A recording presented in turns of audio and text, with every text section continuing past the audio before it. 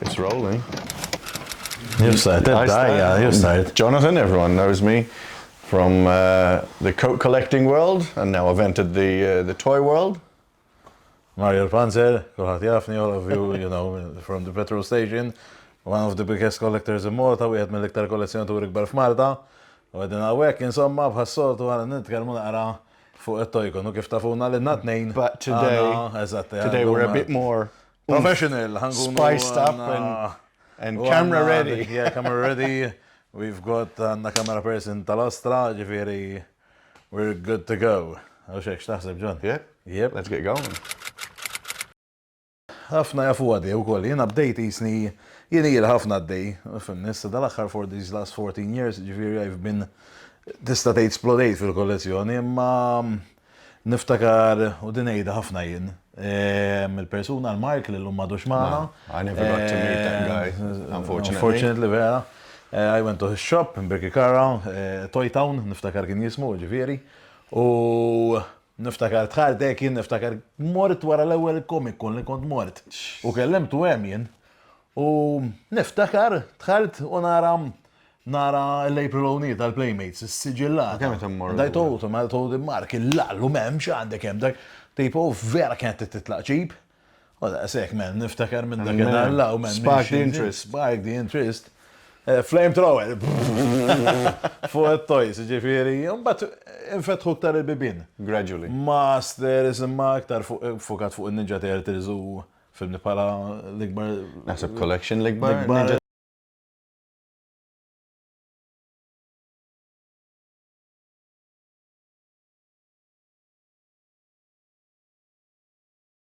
Collector.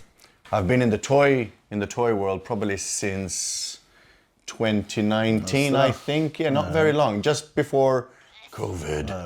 I started with Funko Pops, which now I've slowed down. And then, fortunately, I met you. I bought one thing from him, from Marketplace. It was that Iron Man singing or dancing, whatever it was. And that's it. We met, and it was just synergy. We just clicked. Bomba nukleari oħra ta' toys. What do you do? Jiena ġennelli, u ġennelli. But it was, I blame him mostly because he triggered the childhood back. Manki, tortu korti, I blame you. Yeah, but in a sense, I never used to be into this. And then as soon as I saw what there is, I'm a collectionist, I'm a completionist. I love toys now, so it's become not just my passion, but our passion. Exactly. And of course, where it's leading us now Toy life, toy bros. Is where we are today. Eżatti. The toy bros. Yeah. Basically, I collect Mela, Turtles, Masters, Puffy, Star Wars, Tomb Raider, Lego, Wonder Woman. You want a longer page? Bud Spencer, films li kbirna maħna waħda Taljani. Ifimni li nara li interessani. Issa, nistaw ngħidulhom ukoll, ġej bdejt naqra l-hobby ta' trading cards, daħluni l-Lorcana daħluni fimni. L-Lorcana daħluni. Fissa, you were sucked into that wormhole. Min ma daħħalnix. We're not gonna say. Min ma daħħalnix għadu qasbis l-estieħ ma jelestejtu. Basikament, nikollezzjona what's vintage, u affarijiet ta' tfulija li kienu jfakruna ħafna fit tfulija. Childhood memories, childhood toys. Exactly. I'm nearly the same, but these days I focus a lot on vintage toys in the sense, films, anything related to films from the 80s and into the 90s. I got loads of Funko Pops, but again, I do not continue that line. There's just too many. I've slowed down. I love action figures, you know, anything related to Masters of the Universe, Ninja Turtles as well, Star Wars. But, you know, the main passion for me these days has become collecting anything film related. My favorite films are Back to the Future, Jurassic Park, Indiana Jones, Jaws. I mean, they're my top four, you know, I love them.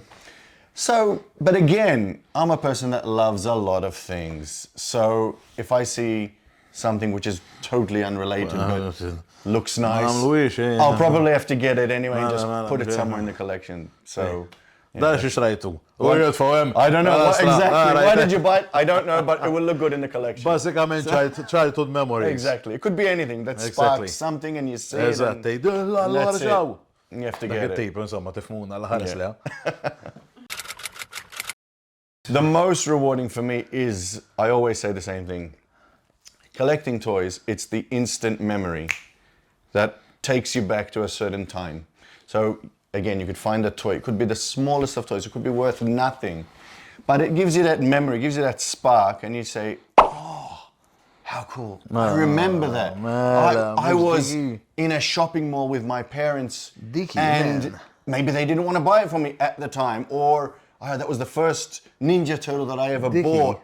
So collecting toys, not only is it fun and it's an expansive array of stuff, but it's the memories for me. That's what really gets me these days. Like I said, before I used to collect out of, literally binge buying. Everything I see, I gotta buy. Not these days. It has to relate to something where I, puts a smile on your face at the end of the day. Jiena fl-aħħar mill-aħħar. Tista' tgħid niżid ma' John, imma jiena aktar, jien pereżempju John il-kollezzjoni tiegħu x-xogħol u hekk jien il-kollezzjoni tiegħi rida miegħi. Issa, kif qal John, jien mhux ħanqod ndejjanejt ġifieri, naħdem ma' ħafna nies barra u hekk, ovvjament x'in nidħol hawnhekk insib il-paċi. Kull ħaġa li naħar ħatfakkarni fit-tfulija, ħatfakkarni fl-affarijiet sbieħ li konna x'ismu, issa wkoll riċenti nista' nerġa' nsemmihom ftaħt trading cards tal-Pokemon minn żmien il-ħandaq mis-sekondarja ġifieri. X'intarhom il-lallu man, 1996, 1994. Qed ngħidlek kienu ilhom ma jinfetu minn dak iż-żmien. Tipo tinfaqa tikbi, bil-forsa taqbeżlek dema u mbagħad tiftakar u tikkuntattja għandna ċċetta l-kollezzjonisti hemm minn kien l-iskola miegħi isma' tiftakar noqgħdu nsemmu l-memorji. Pereżempju, sparks again conversation again. X'għamilt? Kelli l-caps, x'inftaħthom ukoll tfajt ritratt Facebook in-nies mill-ewwel. Exactly. Mill-ewwel xi ħaġa. People can relate. They can relate to it. Anke pereżempju mbagħad naqbes fuq toys, jiena l-eroj tiegħi ta' meta kont żgħir, in-Ninja Turtles, anke meta konna żgħar, jiena u hija dejjem Ninja Turtles tagħna. Pereżempju tgħidli alright, Masters of the Universe qatt ma rajthom imma ukoll it's rewarding għalfejn għax qed nikkollezzjona xi ħaġa ta' dak iż-żmien. Issa reġgħu għamlu s-series tagħhom fuq Netflix, in a way qed narah u tara l-karattri iktar sviluppati minn dak iż-żmien ovvjament. I've probably watched more Masters now than I did when I was a kid. That's it. I never used to watch all of them. U qed naraħ palissa u nikbi men, xi nara karattru pereżempju rajt ir-Remmen, Jay pereżempju hekk il-Stratos u hekk qed nillallu men. Mbagħad isma' tiżvolġa l-istorja mhux ħanejda ta' ma ta' ħimen u tila, rewarding immens. Jien kieku m'għandix daw l-affarijiet fajt ikun iġġennen. And let's just say, at least for me anyway, it's relaxation at the end of the day. Relaxation, you can block everything out and just look at one cabinet and say, yes. After all those years, tgħid illallu bil-ħaq jien għandi da, anke taqbad xi ħaġa tfarfara u hekk tgħid illallu jien għandi da. Hekk sa ħaġa. That's what it is. Il-kollezzjonaturi biss jifhmu għadija, biss qed ngħidilkom. You have to go first. This is your place. Ma nafx, I don't know.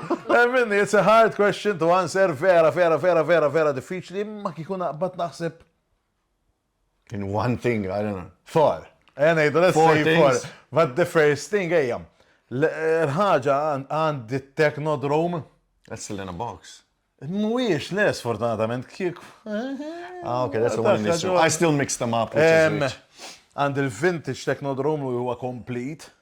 Jena li għadak xaħġa li meta xtrajtu wasalaw it's an achievement to every Ninja Turtle collector. Men tipo jekk inti kollezzjonatur ta' Ninja Turtles u għandek dan, ti għandek. Well, put it this way. I could never have one as a kid because my parents wouldn't buy me the Technodrome. It was expensive. And today, Għandu koll il-Krang, l-Android body dak box di ovvjament ma nistax ma nsemmix l-istatwa ta' Ahsoka menna, Ahsoka nħobbu ħafna. Jabadni l-barċ nsemmija ġifieri, imma naħseb dawk huma ngħidu suppost qatt wieħed imma tlieta ħejju. Pastor John. I got no idea if the same. If I had to narrow it down, difficile, man. Literally, I don't think I can narrow it down to one specific toy, but I can bring it down to one specific toy line. Tell the camera person to pass. A specific toy line would have to be something, for me, related to Back to the Future. So probably, I don't know which one I'd pick, but I'd probably pick a DeLorean. All right, okay. But I don't know which one.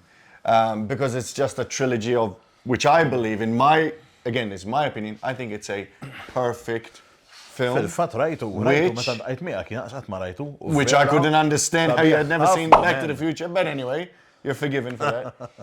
So for me, yes, definitely my favorite toy of sorts would have to be a Back to the Future DeLorean collectible. Tal-istra. Yeah. Kif għadni ngħid, as I just said, il-kollezzjoni hija naħseb l-ħaġa li tħallini għaddej. It's the thing that keeps you going. Kif nerġa' ngħid eżatti x'in nidħol hawn ġew. Yeah. Ma nafx kemm għandi John, għandi eluf ta' figures. Inħossom qed janquni bis-sedat ngħidlek. Jew pereżempju ikolli ħafna difficult days and I'm not afraid to say so da, ġifieri. Imma nħoss li xejn poġġi bil-qiegħda jew fil-kamra tal-kompjuter jew everything is blocked out. Istja nħoss li jew dik toħroġ dik l-enerġija ta' Karmezza men. Li u anka issa ħaġa oħra wkoll fuq ix-xogħol. Palissa fibni fl-aħħar mill-aħħar dat nagħmluha t-Toycon, hemm it-Toycon, allura nies jiġu jsaqsuni x'a tagħmlu Every time someone talks about Toycon, let's be realistic. Eżatti, tgħid tismani. U wkoll nista' ngħidilhom ukoll dik in-naqra gost ta' meta tara l-postier. Ġej xi ħaġa. Ġej with a package. Eżatti, tgħid laqas tinħoss naqas sodisfazzjon fuq ix-xogħol qed tifhem. Imma how is affecting my lifestyle? It's affecting me a lot. It's the only thing keeping me sane. Niktar ħaġa li vera tiżżommni hawn u vera kuntent biha men. Għalija l-kollezzjoni kollox. Difficult question because again the difference is being single is one thing, but when you're single bil-ħaq, you know. I'll send you his mobile number. But when it's a family thing, it's different. So again, my collection is not with me at home because it would I think it would cause too much stress for my kids to see all those toys and not be able to touch them. Yes, because I'm a person who's very fussy, so I don't touch my cabinets, don't touch my toys. But anyway, but yes, you need to find that balance, and most of the time, I'm going to say it, I don't think I have the balance yet. I haven't found the force to balance it because it does take over. Like any collection, when you are in this, you're usually in it for the long haul. So you see something, you want it, you need it, you don't have it, you must get it. Even if you feel that you've overspent this month and you see something and say, oh my God, I cannot let this go. So it can, you know, it also causes friction because again, these things, as everyone knows, they cost money. So you have to be careful how you spend and what you buy. So yes, how it affects you, you have to be very careful not to let it take total control. Minna kon single immandu ħafna vantaġġi. Well, he's got, yeah. L-astja, d-sabiħa, d-mistoqsija sabiħa, I love it, yeah? I love it. Last year, beginning. ħanajdilkom, ħanajdilkom. Dil-ħaġa il-najt fimni John, John. Imma John kien Jisu l-ispirtu għat nejdlek, li nizelek l-ispirtu ta' toys, nizel fuq għalli pants, isma' għalfem ma namlu xandi xeba, Funko Pops għat. Timbiħom għal xiex ma namlu xaħġek, għat l-isma' jien kittid nisamlu għal because it originally, it didn't start as a Toycon, it started as a Funko Pop thing to sell a lot of Funko Pops. But jien għatlu isma' ġo għatlu jien problema, jek jgħol, mela, għalli iktar ma jkollok iktar ħajjar, għatlu ma ħajdek x'namlu. Nirranġaw ġurnata, jkollok il-Funko Pops tijak, u it-toys tijaj, u namluwa, u sissa di għadam flowing. Batlu, bat niftakar tkellimna, għadli jisma. It's do or die. Dajk, għamela, għatlu ġon, inti d-dejk nġiġi, għalli ġib, għalli spazju għem. It was literally in a couple of weeks. We said we'll... Bdiet u vera konteċitat dak konteċitat, ġista tejt kena area. It was basically whoever's been, it was my workshop. Exactly. We closed the part of it off and just said... And we changed the name at the end. We said, let's pilot it as Toycon. So we used the name. We said Toycon, I think, what was it? Jina għamilt il-poster, tiftakar il-pompa. Version 1 or something. Il-pompa għamiltu fuq editing malaj fuq il-mobile. And And that was it. We just said, we're going to trial it. We said, what's the worst that can happen? man. No one turns up and we look like two fools on our own. But thankfully, Diskant għamilna, kif għattilkom, il-reklam, il-poster, niftakar għamiltu jien il-pompo, għakjet naħd il-nis, battu l-daqqa li dak tajjeb. That's it. Get it out there. U ġew il-nis, And thankfully, the fact that people actually came, in a sense, we were happy. And we said, listen, after everything was finished, we said, there is potential. People love toys as much as we do. Esatti. And when was this? January? And then we done it in June, the first one. It was a couple of months when we done the official first one in Malta. Insejt. But it was a couple of... Taħal Balzan is-sena l-oħra? Mux f'Ġun. June. Mejju Lulju. Le, mux Ġun, mux Ġun kien fil-festa. July. Sajja, proset. July. But the first one we done in the beginning of 2023. Mela. So, the real first Toycon was probably born in July, we can say, because that was the official Toycon, the one we done in Balzan. Ġifiri, niftakar kena vera feedback tal-ostra, men. Ġew ħafna ġifiri sellers. Ara, jgħan kon sinċer ma' It was a very cold day, wasn't it? No, it wasn't, I'm joking. U dik kienet l-ewwel ħaġa li bdejt nibżej, għadda ma ħajġi fi sħana. Exactly. Kienet ġo ċentru ħdej kappella u tista' tgħid in-nies jistennew barra. It was very... L-ewwel sija kienet tal-biża. Qed timnalli qed wara l-mejda jien tipo. I was amazed. I had no idea. In-nies iħobbuhom, nisma' dawn l-affarijiet in-nies iħobbuhom, it-tojs iħobbuhom. Li hawn ħafna nies diffiċli biex joħorġu. Exactly. Biex jgħidu li jħobbu t-tojs għax forsi naf jabdu magħhom jew jgħidu għax aħna. Imma di, u anke tara l-feedback mennek tara tan-nies. Put it this way.